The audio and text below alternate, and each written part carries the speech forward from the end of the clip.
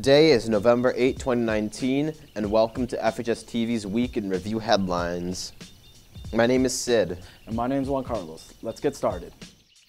A man from Lunenburg turned himself into the Fitchburg Police Department after allegedly striking a 71-year-old Fitchburg woman who later died on John Fitch Highway as reported by the police. Officers were called to the area of 650 John Fitch Highway for a report of a pedestrian struck by a passing truck. When the officers arrived, they learned Mary Paulette Murphy had been hit. She was transported to an area hospital where she was pronounced dead, according to the police department's press release. Captain Matthew LeMay said Scott R. Proctor, 32, of New West Townsend Road, turned himself into at the police department. LeMay said Proctor was cooperating with the investigation and had been charged with leaving the scene of personal injury crash, which is a felony. Our thoughts and prayers go out to the family of Miss Murphy. Former Steelers running back DeAngelo Williams is committed to fighting breast cancer in honor of his mother, Sandra Hill, who died from the disease in 2014. Williams has been covering the cost of mammogram screenings for women through the DeAngelo Williams Foundation. The star running back, who played college football at the University of Memphis, started covering the cost of mammogram screenings for women in 2015 through his nonprofit organization. Since then, the foundation has covered the cost of over 500 mammograms at hospitals located in Pittsburgh, Pennsylvania, Memphis, Tennessee, Jonesboro, Arkansas, and Charlotte, North Carolina. Williams began sponsoring the free mammogram screening in honor of his mother through the 53 Strong for Sandra program. At each event, the foundation sponsors mammograms for 53 women. The foundation eventually hopes to host a free mammogram screening event in every state. Firefighters in Southern California were battling to contain two wildfires early Thursday morning as crews got more of a handle on blazes in Northern California as winds died down. In Northern California, the massive Kincaid fire has grown to more than 76,000 acres. By Wednesday evening, it was contained at 45% and had damaged or destroyed 200 homes and other buildings. The state's largest utility company, Pacific Gas and Electric, said around 200,000 homes and businesses were without power after the company cut electricity to some of the areas to avoid starting new wildfires. Firefighters also made progress in the southern half of the state. The Hill Fire and Easy Fire, both of which started Wednesday, are 5% contained. The Getty's Fire is now 27% contained. PG&E is working with the state to restore services. In local news, congratulations to the local teams who have been excelling on and off the field recently. Both the football and soccer teams qualified for postseason play, the first time in numerous years this has happened on the gridiron. The first time ever for the girls soccer team, the Red Raider football squad was victorious in their win last Friday night over Westboro and clinched the division championship. They now take on Oshoba in the first round in the MIAA playoffs tonight at Crocker Field. Congratulations are also due for the FHS band. They captured a double gold this season after their performances at recent band competitions. Congratulations again to all Red Raider competitors. Keep an eye out as we will begin workouts for upcoming winter sports, including varsity basketball with new boys head coach FHS Hall of Famer James McCall. Thank you for watching the headlines. My name is Juan Carlos. And my name is Sid, and have a great Red Raider day. Good morning, Red Raiders. Welcome to FHS Cinema, the show where we talk about everything that's going on in the movies this weekend. I'm your host, Gabriel Velez. And I'm Owen Cosgrove. Now let's get right into the top 5 box office. Terminator number 6 opened at number 1 this weekend, making around $29 million domestically and about $94 million internationally, which puts it at $123 million globally. This isn't a great start for the film that was projected to make around $38 to $50 million with its $200 million budget. But I mean, it could have opened bigger. It just didn't really do that well. And this isn't the lowest opening in this franchise, but it's still barely any bigger than the last one, which made $27 million and totally bombed. The future of this franchise isn't looking too well for fans. Joker, still chugging along, made $13 million this weekend, which puts it around $934 million globally. Looks like the $1 Billion Club might send this clown in. We have Maleficent, Mistress of Evil at number 3, making it around, I think, $12.1 million, which it's still kind of pushing, but it's not doing the same kind of business the first one did. And number 4, we have Harriet, which made about $12 million on its opening weekend, which is very good for the small indie biopic. And at the bottom of the top 5, we have The Addams Family, which made about $8.5 million. So, what do those numbers mean to you, man? Not much. They don't really sound like movies I would see. Besides the Joker, which I haven't seen yet. There's a lot of talk about. What are you doing? Everybody's seen it. Well, yeah, I know. There's a lot of talk about it. I'll have to go see it maybe this weekend. I mean, $934 million for like a small budget R-rated movie. That's insane. Yeah. That is insane. Yeah, plus the small budget too, so they have room to make a lot of money with that. And it's even crazier because it didn't open in China, which is the biggest market, and it didn't open there, and it's making all this money. Now on to the upcoming releases this weekend. All right, so this weekend is actually pretty big. We've got a bunch of new movies coming out. First of all, you have the very highly anticipated sequel to The Shining, Dr. Sleep, which stars Ewan McGregor and is directed by Mike Flanagan, who made Netflix's Haunting of Hill House or something like that. It's about Danny Torrance. He's all grown up. Yeah. And he meets this girl named Abra, who has the same ability as him to shine. And when they find out that there is a dangerous cult that's killing people with the same ability, he decides to help her and stop them. I'm very excited for that film. Next up, we have Midway, which was directed by, I believe, Roland Emmerich. This is the same guy who made Independence Day. It takes place during World War II. And that's pretty much all I know about that one. After that, you have Last Christmas, which is the brand new Paul Feig romantic comedy. It stars Game of Thrones' Emilia Clarke and Crazy Rich Asians' Henry Golding. It's a little English comedy. And then finally, we have, I believe, Playing with Fire, which is the brand new John Cena family comedy about firefighters, which nobody cares about. Yeah, no one seems to care about that. What would you recommend this weekend? What are you looking forward to the most? Well, The Shining is a classic. You know, it's a very scary movie. One of the best horror movies of all time, and the sequel's coming out to that, so that seems pretty, nice. I mean, it is like the headlining attraction of the weekend. Yeah, and also Midway looks pretty good too. Like I've seen a couple of the trailers, it looks alright, and I like World War II movies too, so that seems. Yeah, I might go see Midway and Dr. Sleep. As for me, I would probably say Dr. Sleep, but I have not seen The Shining yet, so I'm gonna have to correct myself on that one. It's a really good movie. All right. Well, that's all we have for today. I'm Owen Cosgrove. I'm Gabriel Velez, and everybody have a great day. Hi, I'm Caitlin, and this is my fresh take. Going into freshman year, I was excited but really nervous to be around so many older kids and just not really knowing anyone. I already knew some upperclassmen, but I was just nervous to be judged. When I first started being a freshman, I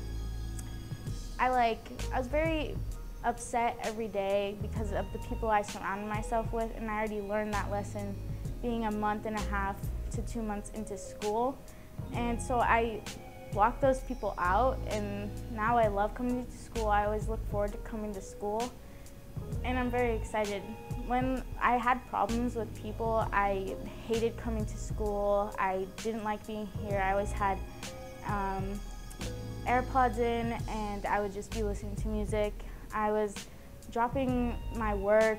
I wasn't doing anything. I would go to practice, and then I would go home. I was very upset.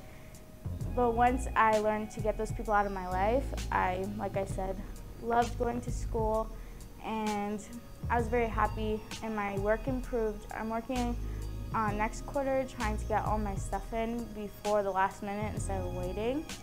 And I love all my teachers. They're very helpful, and my friends are really nice. I just love seeing them. I love football games and watching my friends succeed as well as I do.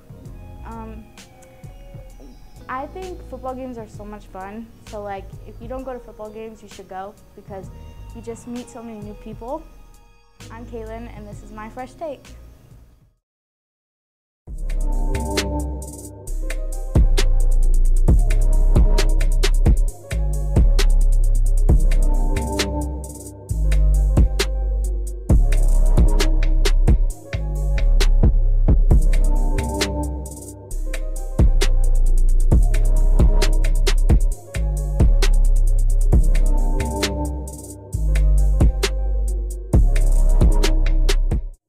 going on, everybody? I'm Jack Callahan here with our Spotlight Athlete of the Week, Montgomery Graham, the quarterback for the varsity football team. Monty, your team just made the playoffs. What does it mean to not only you, but your team? It's a great feeling. I mean, it's been a while since we made playoffs. And shout out to my guys, all of them, because it's been hard work, and that's it. You guys have had a great defense. How much credit do you give your defense for how far you've made it? They're great. Now, shout out my guys Zeus and Gio and D and Dylan. But yeah, some killers. Your offense struggled a little bit at the beginning of the season, but they kind of found their groove towards the end of the season. Is that going to carry into the playoffs? Yeah, I guess I gotta pick up like my game, like my play, and I think we'll be good. Montgomery, you guys face Neshoba this week. You guys faced them 2 weeks ago, beat them 16-15, right? Yeah. So is it some of the same game plan as you had 2 weeks ago? Yeah, coach always says we got to keep the same game plan going into every week. So I'm not going to see them any differently. Like, it's still a game, so we got to play them first. Your resiliency in that game, as a team, to come back down 15-0, and especially last week to come back down 14-0 and end up winning that overtime game. How much does that do to your team going into the playoffs? How much does being able to come back from a big deficit mean? I mean, I think this should give us like a confidence booster, really. Like, we should come into the playoffs with confidence. Like, we're the #1 seed right now, so like, we got it. And I guess that's really it. This has been the Spotlight Athlete of the Week, Montgomery Graham. I've been Jack. Have a great day. Hello, Fitchburg High students. I'm Elliot Bean, and for Spotlight Teacher of the Week, I'm here with Mr. Carcerano. Good morning. I'm good. How are you doing? I'm doing great. First question I would like to start off with is, well, what is your job and responsibility here at Fitchburg High School? I'm an academic counselor for the Project Healthcare program that's part of the National Workforce Diversity Pipeline through Mount Wachusett Community College. My job here is basically to help students, guide them through the dual enrollment process for classes that they take in cooperation with Mount Wachusett Community College, also to help them obtain certain work certifications like certified nurse's aide and other medical job training so that they can enter the medical field before they enter college, so that they can basically work their way through college in a medical field. So, yeah, a very important part to getting students to college and ready for their career. So I heard you're a new teacher here at Fitchburg High School. Yeah, I'm actually new to Massachusetts. I grew up in Texas and moved to Massachusetts in May with my wife, who took over as the president of the Ecotarium in Worcester. Wow. So I'm very proud of her, and I'm happy to be here. So it's nice to kind of be in central Massachusetts. I have some family from Boston, but I never really got to explore kind of the Eastern Corridor. And so this has been a really good opportunity for me to meet people and really get to know people in Massachusetts. That's amazing. You're basically new to this whole area. How is it adapting to this new school area and state? Well, I'll tell you when it gets cold. But so far, it's been great. So far, everybody in Fitchburg has been really friendly, really welcoming to me. I have a background in high schools while I was a teacher in Texas, and also working in community colleges. So the job is pretty similar, but adapting to Fitchburg, everybody here is really, really nice and welcoming. So I've had a great experience so far. We know you've been in Project Healthcare for a while because it's what you've been doing, but what would you change about it? Like, if there's anything you like about it and dislike, and if you dislike, what would you change? I would expand it. A big part of what we do here at Project Healthcare is our dual enrollment program, which allows students to take classes at the Mount and at Fitchburg High School simultaneously and get college credit while they're still in high school. And I think that's going to be really important as Fitchburg's high schools as they launch themselves into the future. I'd love to see a lot more students get involved in dual enrollment, a lot more students get involved in earning college credits before they graduate from high school. At the last high school I was at, Jackie Singley Academy in Texas, there were actually students who were able to graduate with associate's degrees while they graduated from high school. And I'd love to see that here at Fitchburg, just because we have so many talented students here. I'd love to be able to see some of those students take out some of those education credits, some of those core curriculum credits, and they do it free of charge as part of Project Healthcare. So I'd love to see our students really get involved in becoming part of the college culture while they're still here. I'm Elliot B. And I'm Mr. Carcerano. Go Red Raiders! Hi, I'm Luis Alderando, and this is my senior diary. Growing up in Fitchburg, I've always been in the Fitchburg public school systems, and coming into high school, I knew I wanted to challenge myself, so I took on the honors program, and the teachers have been really good to me. They've been setting me up, challenging me, but not making it too hard, and they've been pushing me. And being able to play high school sports has been amazing. It's taught me how to manage my time better, and as well as taking hard courses. They're really setting me up for college, and they let you pick your path.